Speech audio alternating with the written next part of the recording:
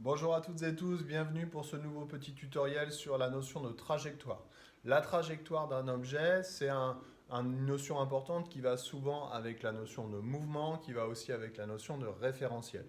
Donc quand on décrit un mouvement, le mouvement d'un objet, on va devoir définir le référentiel, on va devoir définir sa vitesse et on va devoir définir sa trajectoire. La trajectoire, c'est quoi? Eh bien, c'est l'ensemble des positions, l'ensemble des positions successives qui sont occupées par cet objet au cours de son mouvement. Trois petits exemples. Un bonhomme qui court, là on a l'impression qu'il se casse un peu la figure, mais bon, peu importe, il court. Si je repère les positions successives de ce bonhomme en train de courir, là, on va pouvoir dire que ces positions successives, ça ressemble à une droite. Donc, on va pouvoir dire que la trajectoire est une droite ou encore que la trajectoire est rectiligne.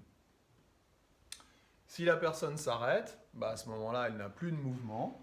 On va dire qu'elle est au repos. Donc la trajectoire, en fait, se résume à un seul point. Si je prends ici une éolienne, cette éolienne, j'ai repéré un point ici en orange. Quand cette éolienne va tourner, on va avoir le mouvement du point que j'ai repéré comme ceci. On va pouvoir donc dire que la trajectoire est curviligne. Curviligne, ça signifie qu'elle effectue une courbe. Donc tout ce qui n'est pas rectiligne est curviligne. Mais on va pouvoir être un petit peu plus précis ici. On va pouvoir dire que la trajectoire représente un cercle. On va pouvoir dire donc que c'est une trajectoire circulaire.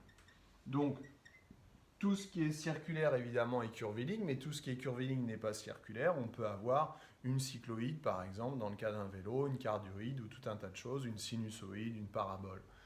Mais le mot curviligne, c'est un mot un petit peu généraliste qui s'oppose à rectiligne. Donc une trajectoire, elle va être rectiligne ou elle va être curviligne. Si elle est curviligne, on peut essayer de trouver d'autres mots complémentaires de manière à être plus précis sur la nature de la trajectoire. Voilà, j'ai été rapide, j'espère que j'ai été clair, je vous dis à bientôt. Bye bye.